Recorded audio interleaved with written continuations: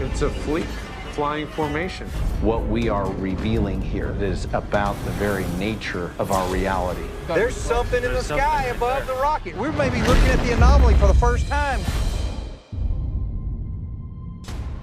My whole life, I've been fascinated by the universe. It led me to obtain advanced degrees in astrophysics, aerospace engineering, and optical science. Travis. Hey, Brandon, how you doing? Brandon Fugel. 4 years ago, I got the chance of a lifetime to join an amazing team in their investigation of the Skinwalker Ranch. Recently, some documents were released to the public about a program run by the Pentagon, the Unidentified Aerial Phenomena Task Force. It was created about 4 years ago for the study of UAPs and phenomena. These documents also revealed that I was the chief scientist for the UAPTF, and I helped author the official report that was presented to Congress in 2021. However, I wasn't permitted to disclose any of this to the team on the ranch. The revelation came as a shock to all of us.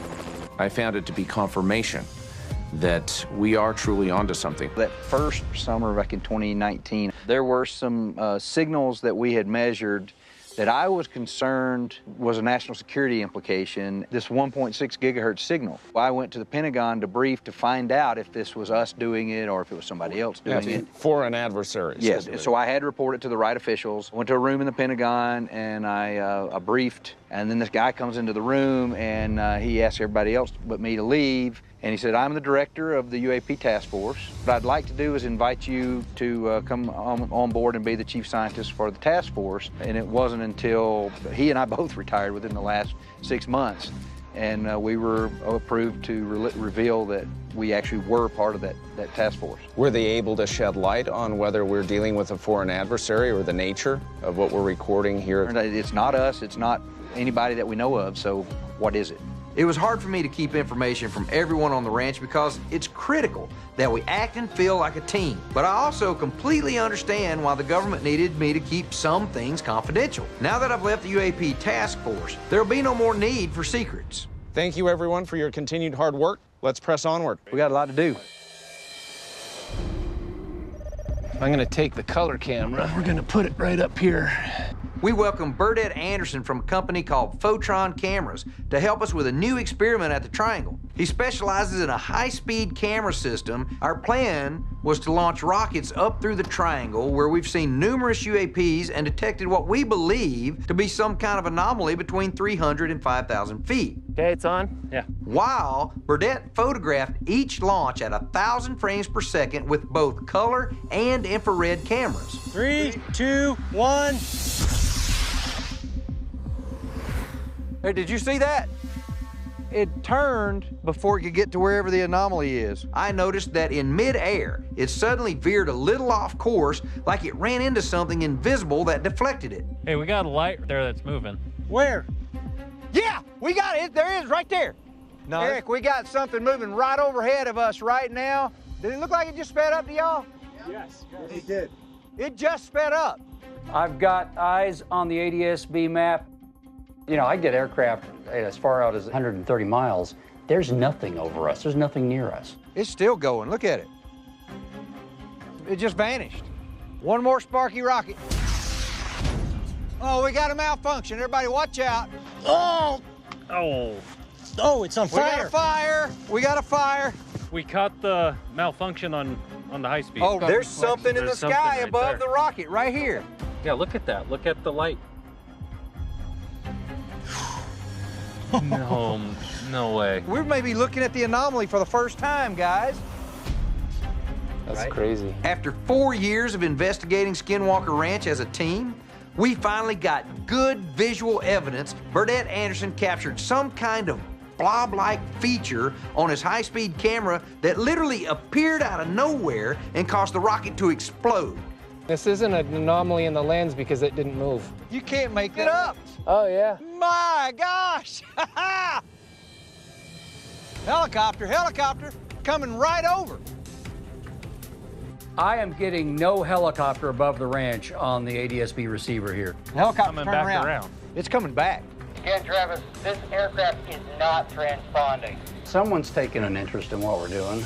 The only thing this could be is a military helicopter spooking us and pissing us off. Are we being spied on while we conduct our operations? We couldn't wait to review the high-speed camera footage. It's clearly becoming illuminated or something, and it's growing in size, and it looks like an object right there. But there's something else going on, I think. Yep, right as the rocket gets there. Boom! Could this blob-like thing that appeared just 31 feet high be the anomaly that we've been trying to pinpoint at the triangle for the last 4 years? If so, then what the heck could it be? I've decided it's time to invite a colleague of mine here, Jay Stratton. Jay was not only a career defense intelligence official for the federal government, but he was also my former boss in the Unidentified Aerial Phenomena Task Force. And between 2007 and 2011, he helped create and run a government program with former Skinwalker Ranch owner Robert Bigelow to investigate the bizarre phenomena happening on the property. We're going to use you today as part of an experiment, but I'm not going to tell you what that experiment is until afterwards because I don't want to taint the outcome of the experiment. I've heard him say many times how he strongly believes Skinwalker Ranch seemed to react to his presence. Eric and I have come up with an experiment to test if the ranch reacts to Jay being back here after 11 years. We should be good to go, guys. Eric has outfitted the Jeep. After our tour with Jay, we'll duplicate the exact route without him on the property. That will allow us to compare the collected data sets. We'll start the tour in the eastern portion of the ranch. From there, we'll head to the triangle, travel west past the Mesa drill site, and then on to Homestead 2. Where do you think the line was in the road? It was at that tree. I'm pretty sure that's the tree. We were on the ranch. It was about 11:30 at night. We walked down the road towards Homestead 2, and as we made that turn, there's a little tree casting a shadow line across the road. I said, "Do you guys feel that?" And immediately one of my teammates said, "Yeah, the hair's standing up on the back of my neck." And the temperature inversion was about right here too. It was a wall. You could put your arm through it and you could feel the cold versus the heat. On the second floor of Homestead 2, through the night vision device, we saw what resembled a dark, shadowy figure. It was up in there. We could see in the distance what looked like a shadow figure or a dark person. There is no floor there, though. That's kind of bizarre. After we visited the last stop on our ranch tour with Jay, we finished up with him and had him leave the ranch. The day after we completed the control run, Eric and I processed all the data. This follows all of the roads that we took. This was without you here on the ranch. Now, I'm going to bring up the data generated during your visit. I've colored it red, of course, and at first glance, it conforms to the same path. We should be seeing a lot more than we're seeing. You should be. But now look where the data actually is. Way underground. Wow. And if you look, when you go to the next dip, that's where you stopped and said, this is the tree. It shows that Jay went underground just after passing the Mesa drill site. Then, once he moved closer to Homestead 2, it says he went over 1,000 feet below the surface. What could just you being in the car do to a GPS sensor to make it go haywire? This data strongly suggests that the ranch really does react to individuals, but why some more than others?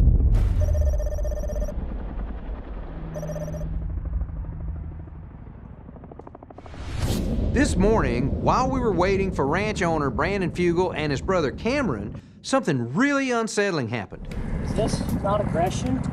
2 U.S. military Chinook helicopters flew very low over the ranch, circling above the mesa and the triangle area for several minutes. And of course, they don't identify themselves. What were these military helicopters doing above the ranch, and why now? This is extraordinarily unusual. Obviously, there's ADS-B data that shows military aircraft. None. And there were no visible markings on them either. They were all blacked out. It seems the closer that we are getting to the answers, the more elevated military surveillance becomes. With that, gentlemen, Let's go ahead and commence the experiment. An experiment over the triangle to see if we can figure out just what in the world the blob-like anomaly could be. On top of the mesa, Thomas Winterton and I will launch rockets horizontally about 100 feet high through the anomalous zone above the triangle. You can get it right there. The second station will be in the middle of the triangle where Dragon and Joe Loeb will be launching rockets at the same time straight up through that zone as well. Cameron Fugel will fly Brandon, Eric, and Caleb in the helicopter above and safely off to the side of the triangle. Oh, yeah! Wait, Thomas, look, right there, right above the horizon. There's something moving this way. It's like orange light. Yes. Do you guys copy? It's moving pretty fast. It's moving south quickly. It just switched off like a switch. We still got a lot of rockets to launch here. We're getting a lot of static interference on the radios. You know, I don't think I've ever seen noise like this before. Really? It's broad spectrum. Oh, what the hell? What do you got? Just something went by. It looked like small orbs. There's another one. At the same time, we're seeing these elevated levels of RF noise. He's only seeing them in this night vision technology. Here's one, right underneath us. I don't know whether to be terrified or excited. Brandon, I'm uncomfortable. Yeah, I've got this clenched feeling in my chest. I feel exactly the same. Pressing. Yeah, that's a good description of it. Yeah, let's take it down. Cameron made the right call. I say we close up shop and then start looking through the data. This is a camera on the exterior of the helicopter just above the mesa. Went behind the mesa. It appears as if there's a corresponding light and illuminated area, what I interpret to be directly below this thing. You know where that is? It's right by the petroglyph. An indigenous group known as Blazing Bear performed an ancient drumming ceremony in the East Field right near a petroglyph and a spiral of boulders up on the mesa that were made hundreds of years ago and are believed to represent an interdimensional portal. A mysterious anomaly appeared on the mesa right on the spiral of boulders during the ritual. Then, two large sphere-like orbs suddenly appeared and flew right into it. Did we stimulate the same thing last night? Come out of the mesa. It looked just like what I was seeing in my night vision at high altitude. You realize that we're talking about objects looking like they're flying into the actual stone of the mesa and then appearing and coming back out. I have to think this is going on more than we have suspected to this point. Absolutely. It's awful lucky for us to fly once and see this, right? Yeah. Awfully lucky. Yeah. You ready for this? Let's get to moving. For tonight's experiment, the teams will be situated all around the triangle. The guys from New Salt Laser will have 3 space cannons positioned at each corner of the triangle, projecting high-power beams that will encompass the anomalous zone. But that's just the beginning of what we're doing tonight. We're also going to scan the nearby mesa with a projection laser. You're good. It will be broadcasting audio that we recorded during a recent sound ritual experiment with an indigenous organization named Blazing Bear. Finally, the team from Sky Elements fly 250 illuminated drones equipped with GPS sensors in pre-programmed formations. Hopefully, it will further help us pinpoint and identify what the phenomena we've detected there actually could be. All right. Travis, I'm set up over here. Lasers up. Drones are armed. Oh, hold up. System just crashed. Malfunction, guys, malfunction. We're having an interference issue right now. We're not really sure what's doing it. We're gonna go ahead and let us know when you're ready. All right, we are going hot with the rockets. 5, 4, 3, 2, 1. Where the others going? What's going on? Well, that was weird. Did you notice none of the rockets went straight up? But it looked like they were all redirected at about 31 feet high where we first saw the blob. We needed to launch our next round of more powerful rockets to see if they would make it through that zone or be deflected too. Okay, I've got eyes on the flare. 3 rockets went. What happened to the other 2? Oh, watch out. Oh, what? There we go. That should have been straight as an arrow, but at 30 feet up, major detour. Travis, we have all drones showing online. Wow, look at that. They're going up in 2 layers. We got one that's hung out over here. Look at that one. Oh, right there. One of them's going nuts.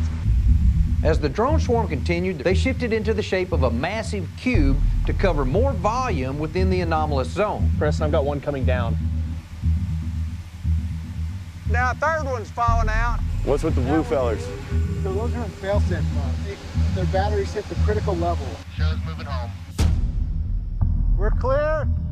New Salt is going to operate a projection scanner that will broadcast a recording of the Blazing Bear song ritual through a modulated laser beam. Yep, thrusters up.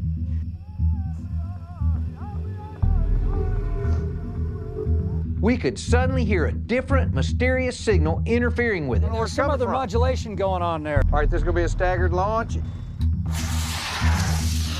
I got something in the FLIR right here. What? Something in the FLIR? Right here. It looked like a thin line up here in this area right here. Oh, shit. It went from a line into many bright lights. Wow.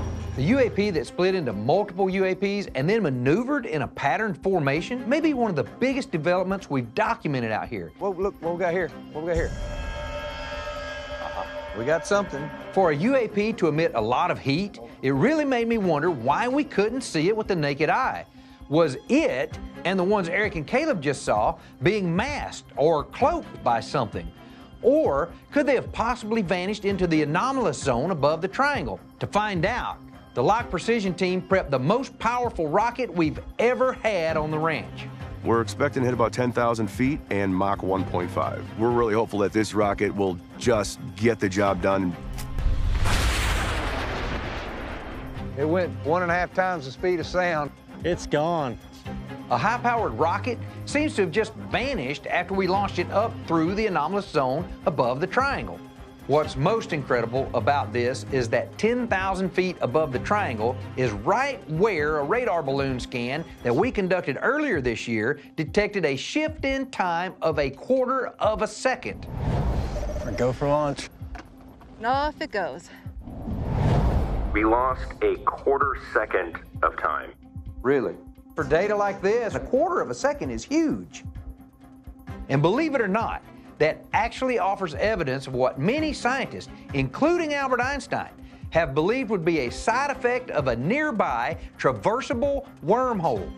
Could that be what we really just discovered high above Skinwalker Ranch?